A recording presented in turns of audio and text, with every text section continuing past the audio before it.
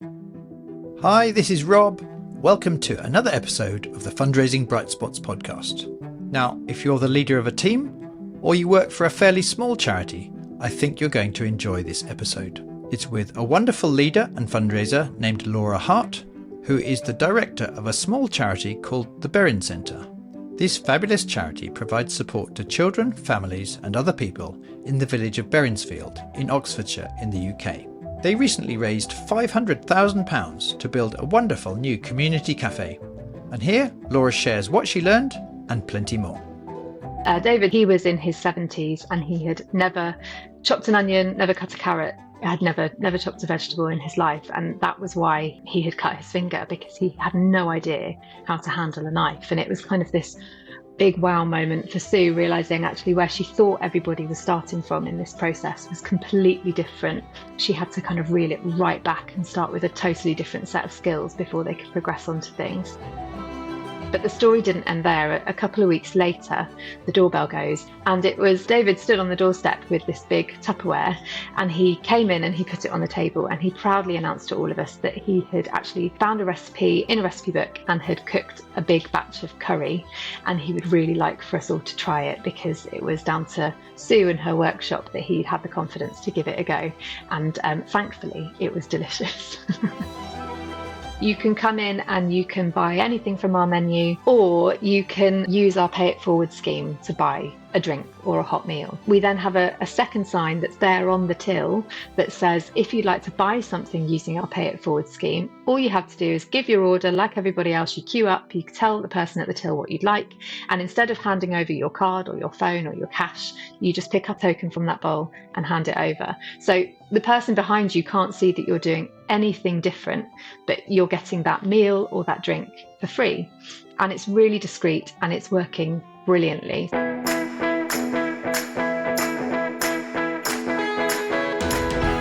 Hi Laura, welcome to the podcast.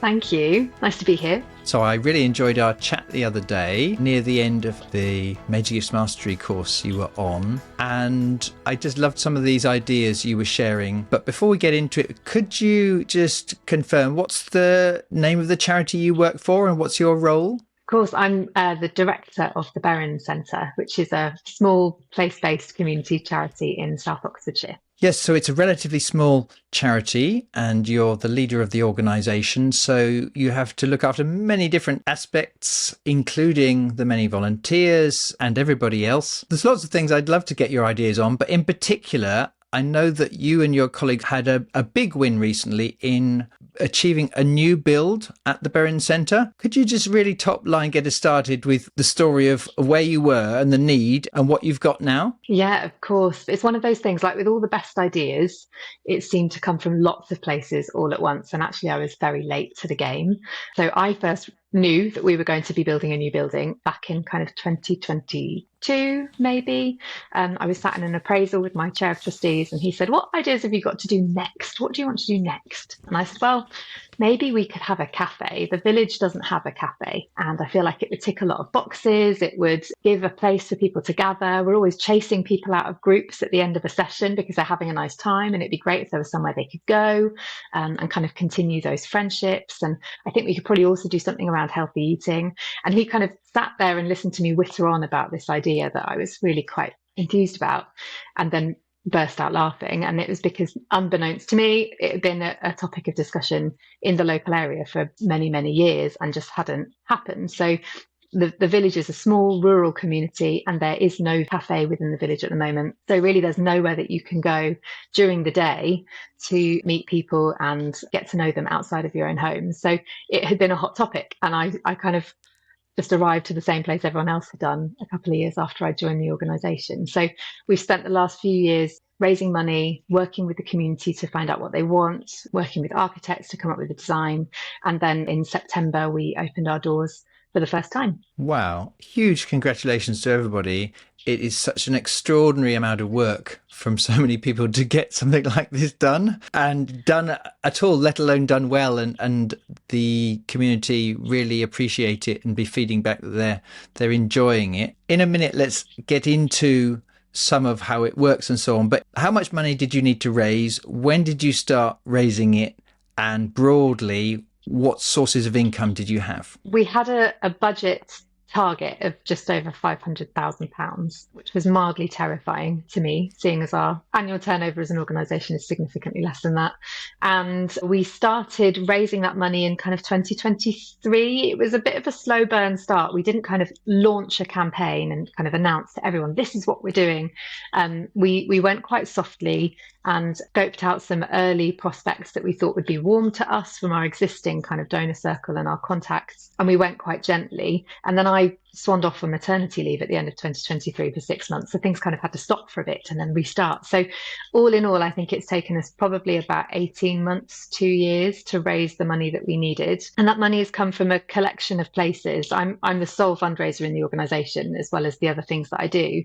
And that means that I hold this kind of mixed portfolio of major donors, of commercial prospects, of trusts and foundations. So we had maybe £165,000, £170,000 from individual donors. We had about 275k from trusts and foundations, about 30k from commercial.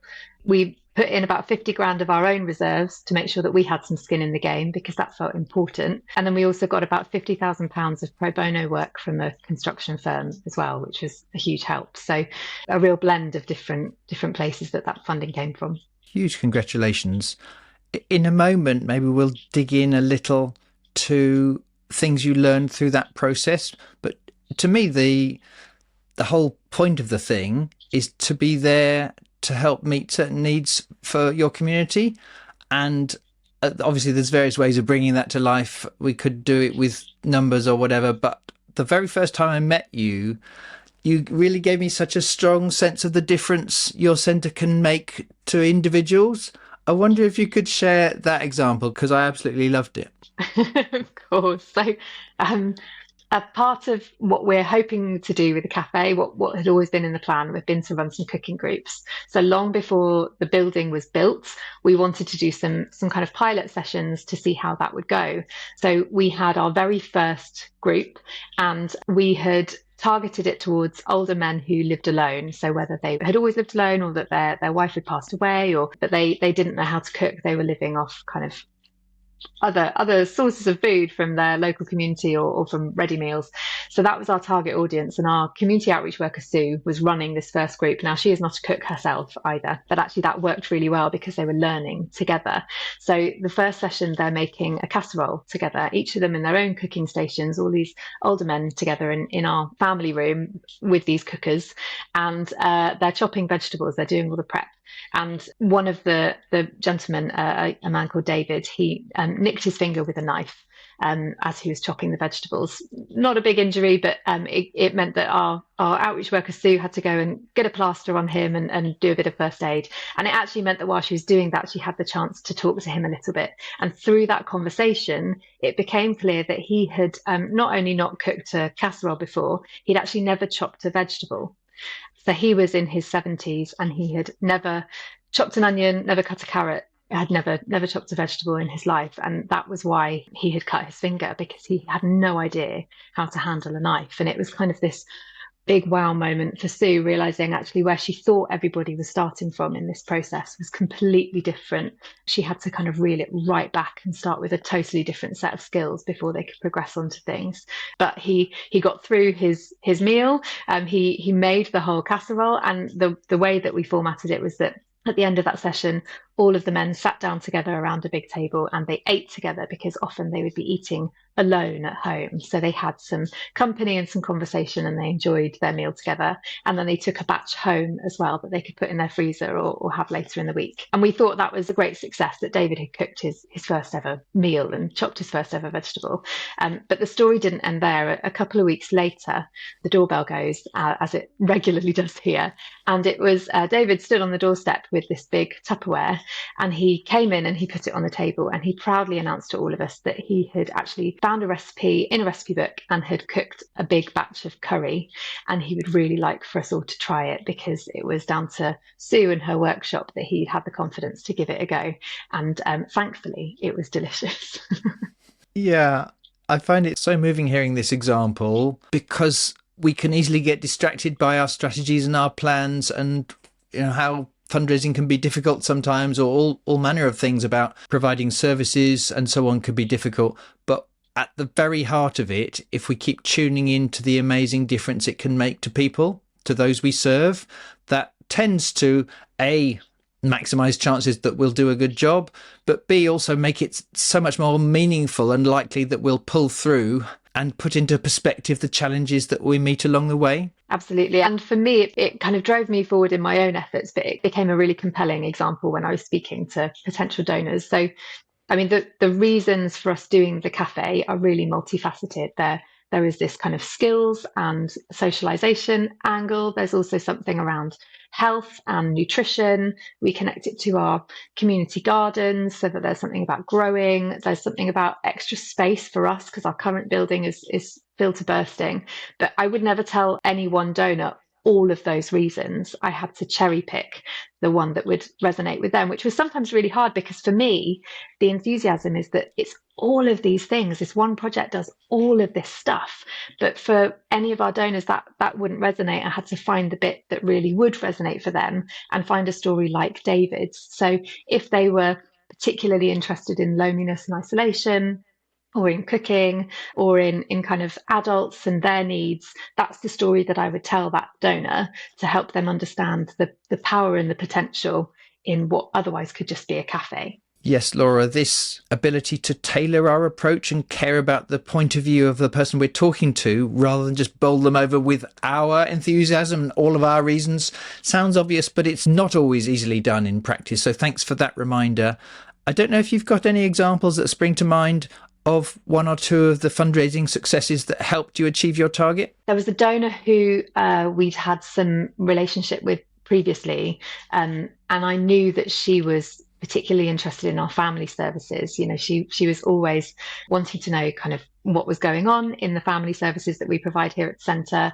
She really appreciated if we sent thank you cards and we had them made by the children. That always landed really well. And she runs an equestrian centre, so a couple of times a year she would invite us to bring a group. We work with children under 5 and their parents, and we bring them all across to see the horses. So for her, I know that's the bit that we do that she's really excited about. So I gave her a ring and asked if I could come over and take her dog for a walk. She's got a spaniel that she adores. So off we trudged. It was kind of this time of year, so October, and it was blustery and very cold. And we trudged around the kind of woodland near her house with her spaniel. And I was telling her a bit about the Diwali celebrations that we'd had recently in family services, and how our wonderful family services team had been very ambitious in what they wanted to cook with the children for Diwali. And they'd kind of come up with 3 or 4 things, and it was absolute chaos in the group, but landed really well. People had a great time. My staff needed a bit of a lie down in our sensory room afterwards because it had been so taxing, but the families had really gotten such a lot out of cooking together and eating together as their families. So that was something we really wanted to bring into the cafe, that we would be running these cooking groups for adults, but also cooking groups for those families, so that the families could come, they could meal plan with us, they could cook a meal together with their children, which can be really stressful, but with help it can be really joyful, and that they could sit down together and we could model sitting down together around a table. And I know that those kind of traditional family values are really important to her, and she was really enthusiastic about it. And there and then at the end of the dog walk, before she whisked me inside for a cup of tea, she pledged $5,000. So, you know, it was clearly the right thing to tap into for her. Yeah. Thanks, Laura. Such a great example of spending a little time with someone, not because we're going to meet them and ask for some money first up, but to just spend time and help them get a sense of it. And how so often if we do that and they do get a strong sense of it, they do want to give. I don't know if you've got any more that spring to mind. Yeah, we've got another a family that has supported some work in the local area, not just us, but kind of across the village, which is fantastic. And they have a fund administrator who kind of tends to be the point of contact. And she actually had some hours free in her week, and she was therefore looking for some volunteering opportunities. So we suggested to her that she could come and volunteer in our community garden with our community gardener. So we've got 2 gardens in the village that we look after, and we basically teach people skills around sustainable gardening. And one of our gardens just outside our premises is specifically to grow food. It's a kitchen garden. So everything that we grow there is edible, from vegetables to fruits and trees. And we invited her to come and do some volunteering kind of when she had those hours sitting free in her week. And I was sat there digging out weeds from one of our raised beds with her and talking about how we would be using the produce from the garden to go into the cafe, and what that process would look like, and how we could be showing people, this is what we've got available in the garden, this is how we grew it, and actually here's a recipe that we followed to cook this cake, or to cook this stew, or to cook this pasta bake, and that therefore people can start to see that they can connect the links between what they are planting in the spring and what they are growing in their garden, and how they can actually eat that, and what that looks like when you pull a carrot out of the ground and it's got mud in it, and then how that gets to the kitchen, and how you transform that into food that is easy to make and is delicious and is really good for you. Just making that link for people. And she was so enthusiastic, she went back with a handful of produce from the garden and took that back to the couple who have the fund that she manages, and shared it with them, and they were all so excited that this was, she'd pulled it out of the ground that day, and they were so pleased about it that they came back and wanted to have more conversations about supporting the cafe as it developed. Hi, it's Rob. Now, one of my favourite things to do is when I get to hear from charities that have done in-house training with Brightspot. Recently, my colleague Ben talked to the brilliant Megan Marsden, who is Senior Strategic Partnerships Manager at Bowel Cancer UK. Doing it has completely transformed the way that we work as a team. It's transformed our thinking, it's transformed our results. One team member said that since she has submitted applications using the magic formula, she has been successful in achieving donations from all but one of those partners, which is amazing. It's also led to an uplift as well, with the confidence to ask for more. One team member specifically, we have a partner that has supported us for a number of years. She, as a result of working with Ben, thought she could ask for more. She did, and we've had the biggest donation to date. And I would say to anyone thinking about spending money on the Bright Spot programme, do it. You will not regret it. If you're curious about exploring the idea of a bespoke team training session for your charity, for instance, our flagship course, Influencing Donors and Supporters, or our next level training packages in corporate partnerships, go to brightspotfundraising.co.uk/services. So brilliant, isn't it? I've got a strong sense of how real it becomes when you're able to do that. It's completely different from a very transactional, remote filling in of a form. A thing that really struck me when we spoke the other day is right at the heart of the build was truly tuning in to do something that your community wanted and needed from their point of view. And obviously that informed some of the fundraising as well, because it was of the community by the community. But also, if there's listeners out there who are planning some kind of new development or new project, new service, I'd love to get your take on how you involved people in the planning and the doing and even the after, I suppose. If you could share your take on involving. I need to warn you, I'm an unabashed advocate of involving people as much as you can. And I know that some people find it a really slow and painful process, and I completely understand that. Involving people is slow. It can be really annoying. It can muddy the waters and get complicated. But for me, I strongly feel that it always garners better results. And actually, it makes fundraising so much easier. So we went all out on this, and there's a tightrope to be walked, I'm sure everywhere, but particularly in Berinsfield, which is that we never want to overpromise and underdeliver. There's a long history here in this community of authorities coming in and offering lots of things, and then those things either never materialize or aren't what people asked for, or they come in and then they disappear again. So we're always really careful to never tell people that something is going to happen unless we are absolutely confident that we can deliver on that promise. So that can make consultation really difficult, but it didn't make it impossible. And I think that's really important for people to know. We started out with just a couple of surveys. We said, look, we're batting around this idea. Before we kind of proceed with any actual plans, we want to know if it's something that you'd be interested in. So we really heavily caveated it to say, look, we're not saying we're going to do this, but if we did, what would you want? And we sent one survey out to the public. And we asked questions like, is this something you want? Would you like a cafe in the village? If you did, would we be the right people to do it? And what kind of things should it be? Rank these things in order of importance and add others if you want to.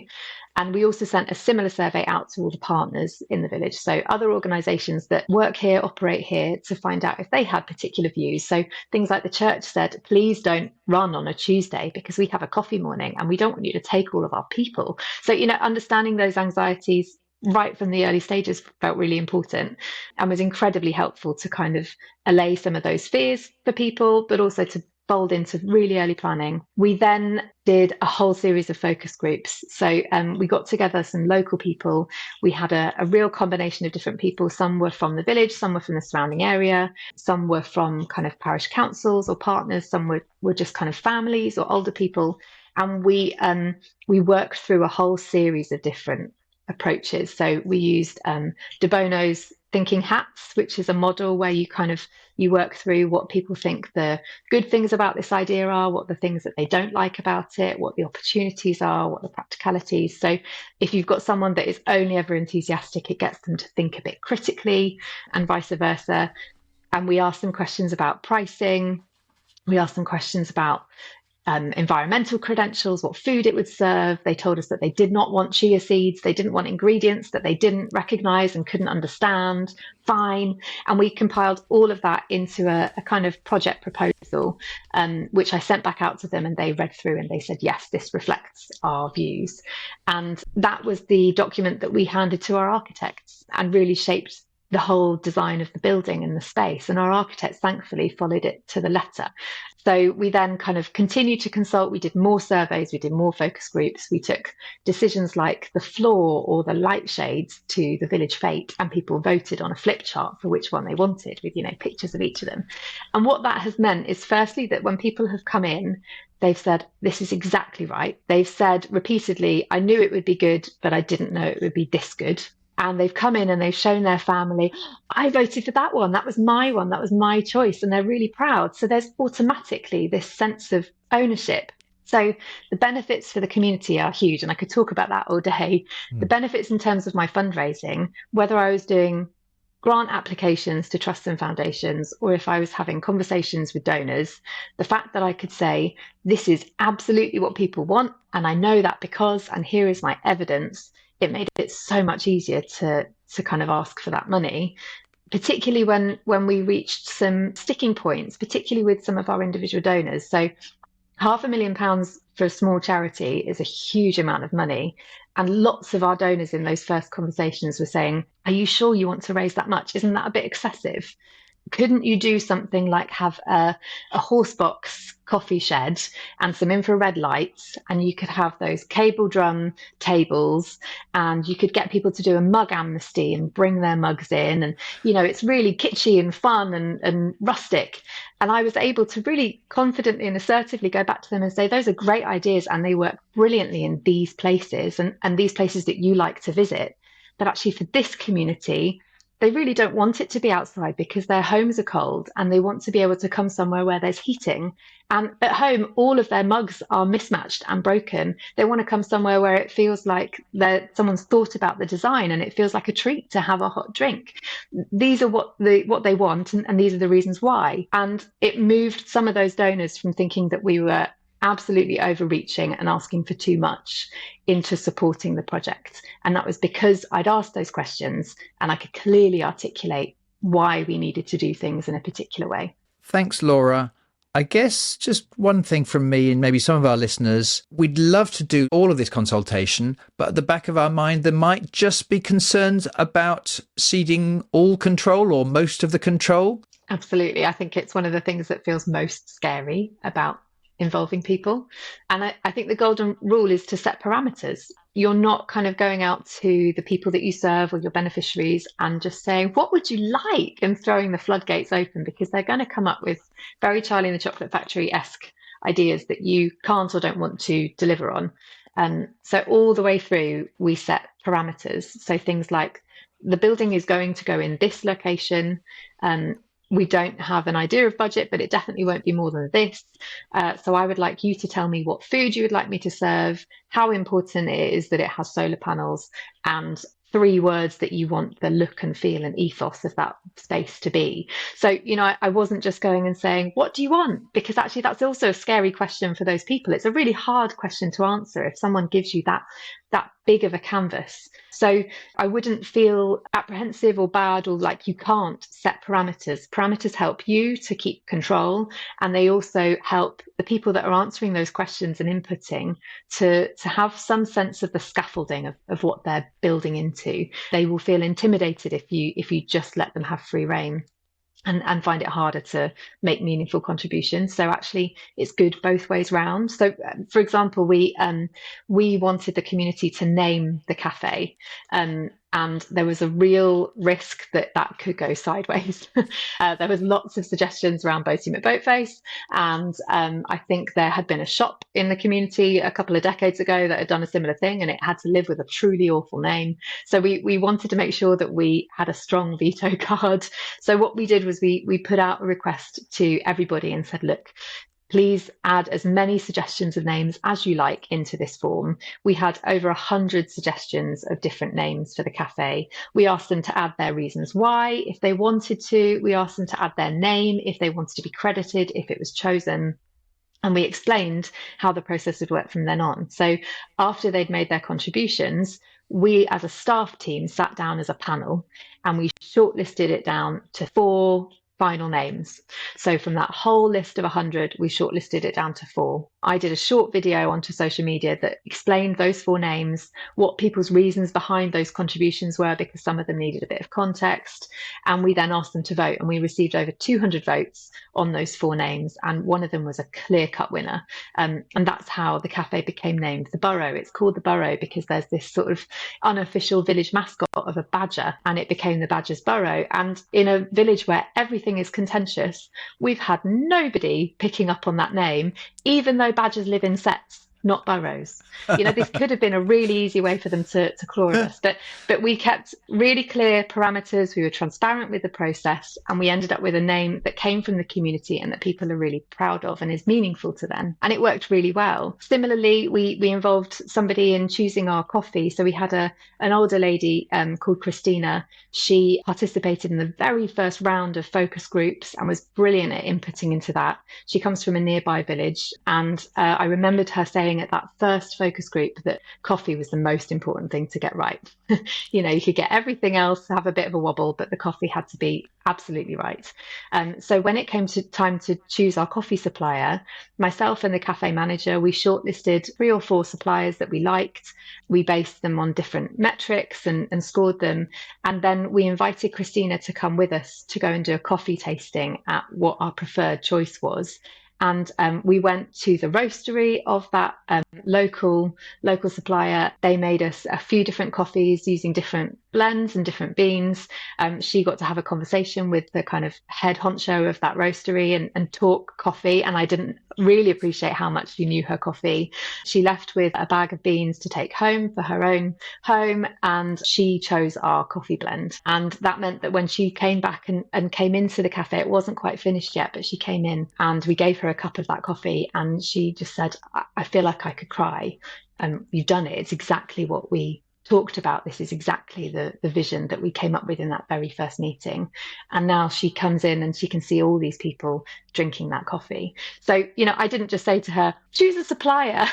We narrowed it down. We did the legwork, but that final decision where it really mattered, if she turned up to that tasting and had said, actually, this is awful, or it's not quite right, we wouldn't have done it. We would have gone with somebody else. And we got her involved enough, but we still had ultimate control. Hey, it's Rob. And just before we get to the last bit of my chat with Laura, I've got a question for you. Do you find it helpful listening to these podcasts and other Bright Spot resources, like my Breakfast Club for Fundraising Leaders?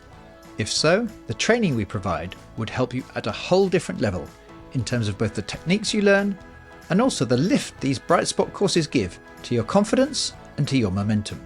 Whether you need to help your whole fundraising team through a training day, or you especially want to transform major gifts or corporate partnerships income through one of our famous mastery programs on those 2 topics, please do get in touch to request a chat. All the info is at brightspotfundraising.co.uk on the training page. I look forward to hearing from you. I think it's a wonderful example that symbolises the lengths you went in all these different areas. And it's no surprise that just the other day you were sharing with the rest of our group just how much people are enjoying coming into the borough. And it's no wonder, because it really is their baby. It's brilliant. Just slightly changing direction, I know that bringing the cause to life, bringing the need to life, and the difference you can make to life is such a fundamental part of fundraising. And we could call that storytelling, or one element of it is storytelling. I wonder what your approach is, because for many charities, it's not appropriate for the community who use the services to be involved in, for example, a pitch. So I wonder how you've made storytelling work whilst bearing that in mind for your organisation. Yeah, I feel that really strongly. And that, I think, is a personal preference for me, that the people who use our services, whether they're using them just for social reasons, because we offer such a wide array of things, if they're just coming for a social group, or if they're coming because actually they're having a really hard, complex time, I don't think it's their job to worry about raising the money. That's my job. So unless someone is really clearly telling me that they want to come and be a champion or an advocate, I don't see it as part of their role to come and speak on our behalf. So it means that we work really hard to convey what they want to potential donors and trusts and foundations without them needing to be in the room. And a lot of that comes back to exactly what you talk about on the mastery program. It's just stories, and stories done in lots of different ways and lots of different sizes. So sometimes it's collecting these very short kind of 3-sentence anecdotes and dropping those into conversation wherever I can. We also bring donors to the space. So even if they're not coming into a group where people are, doing their activity, they can come and see the space where those groups happen and see photographs on the wall of the groups taking place. And we can then say, oh, and look at this picture, this is this person and this is what they did, and tell their story. We have a couple of case studies that are blown up around the building in really big print, just short paragraphs of kind of quotes from people. I did the whole fundraising for this project without once bringing a beneficiary into a pitch or into a room with a donor. And that's because we use these stories. We also invest heavily in our case studies. So twice a year, every service, every team has to collect at least 2 case studies from their service. And we use an approach called the storytelling methodology. We did training from a local organisation in it. But the process is basically that we sit down with a person and we use some really basic prompt questions like, what did you do? What difference did it make? And we record the audio of that conversation. And they do that with a volunteer. So they have to kind of tell the story from the start because they don't know that person. And then someone in our team sits down and transcribes the whole thing. And then we edit it down. And what you're left with is kind of a 1-page case study, which is told in the person's own words, all of their slang and their vocabulary. And then we send that back to the beneficiary that gave the case study. They can change the names to whatever they want to change the names to. They check that they're happy for it to be used. And they always are. And they're really, really powerful because it's people saying the things that we would never think to say observationally. And you can really get a sense of who that person is because it's all in their language. And it creates this kind of really rich, colourful example of the impact that we're making on people. So, any time that I've gone and had a conversation with a donor, if I'm sending a follow-up email or I'm sending our newsletter out, I will always attach one of those case studies. And people come back and, I've had people coming back via email and saying, actually, that one really choked me up at my desk. I wasn't expecting it, or I laughed out loud, or people really respond with such warmth to this particular way of telling case studies. I think it's a wonderful approach, and I can absolutely see why it's been making such a difference. Just one other question I had was to do with how easy you make it for people to make ongoing donations so that others can use the cafe. Yeah, that's right. We are based in an interesting geographical area that the village of Berinsfield is quite economically disadvantaged, but the surrounding villages are fairly leafy and affluent. And actually, for the cafe to be a success, we needed to serve both of those types of people. So we ended up with this kind of 2-tier pricing in the cafe. So you can come in and you can buy anything from our menu, which is already pretty reasonably priced because that felt important to do. So you could pay $3.50 for a barista coffee, which we know is good because Christina went into the tasting. Or you can use our pay it forward scheme to buy a drink or a hot meal. So the guidance that we give to people who might want to pay into it is there's a big board above the counter that says pay into our pay it forward scheme, and you can pay £3.50 on top of your bill or £7 for a hot drink or a hot meal. And when you do that, a member of staff will put a token in a bowl on the counter that sits right by the till. And we then have a second sign that's there on the till that says, if you'd like to buy something using our pay it forward scheme, all you have to do is give your order like everybody else. You queue up, you tell the person at the till what you'd like. And instead of handing over your card or your phone or your cash, you just pick up a token from that bowl and hand it over. So the person behind you can't see that you're doing anything different, but you're getting that meal or that drink for free. And it's really discreet and it's working brilliantly. So at any one time, at the moment, I went and checked this morning, and I think we've got about £100 sitting in that bowl. And we've had to add some wording to our sign above the counter that says, if at any point it reaches more than £100 sat in this bowl, any excess will be taken straight back into the kind of general running costs of the wider charity, so that we're clear with people that that's what happens. And it's because people have been giving so generously. And I think part of that is because the menu is pretty reasonably priced. They think they're getting a good deal, so they want to kind of pay it on. But it's also because it feels really good to give in that way, to do that, and that people are then using it. So we've got this elderly gentleman, Arthur, who has been coming into the cafe twice a week ever since we opened. And he was coming and having a hot lunch, and he lives alone. He's very lonely. So to be able to sit in the cafe, talk to our staff who know him by name now, who know his drinks order, and to talk to some of the other people that are coming through, that was really important for him.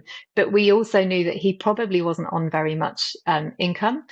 His pension wouldn't be huge. So spending money on a hot meal twice a week was probably not great for him in the long term. So our team had a quiet conversation with him. And what we've settled on is that he really wants to contribute. So he buys his drink, but then he uses a pay it forward token twice a week to have a hot meal. And when I went and spoke to him about it, he said, it's brilliant. I get to come and talk to people. It saves on the electric because I'm not heating my house while I'm here. I'm not cooking. And I get to have a nutritious hot meal. And I'm making friends because I'm talking to people that I wouldn't otherwise have met. And he's so delighted. He asked me last week if he could use the space to have his 90th birthday party in December with all of his family. So we are currently planning to put on a bit of a catering spread for lovely Arthur so that he can celebrate his birthday. So these things, they matter. And it then means I can go back and I can tell that story to some of our donors, and they can understand the ways that people are contributing on a big scale and a small scale to the ongoing kind of needs of this community. It can be small things, but they add up to something really powerful. What a brilliant example. Laura, I'd love to talk on and on, but we'd better finish. Let's put the website for the Berin Centre in the episode notes for this podcast, but I'm sure people can find it through, if they just type in Berin Centre into their search engine, I'm sure they'll find it. There's some lovely pictures on there of what you're all about. And it's just an example of a great small organisation's website. I think it's brilliant with how easy it is to donate, and some lovely pictures of the wonderful new Borough Cafe. Thank you so much for coming along to generously share these ideas and examples to help our listeners. I really appreciate it. I look forward to catching up with you another time. But for now, Laura Harte, thank you. Thank you very much, Rob. There you go. Thank you so much for listening and for supporting the Fundraising Bright Spots show. If you liked it, I'd be incredibly grateful if you'd take a moment to spread the word to your team or on LinkedIn. Good luck with your fundraising and your leadership today, and I look forward to sharing another Bright Spot story with you very soon.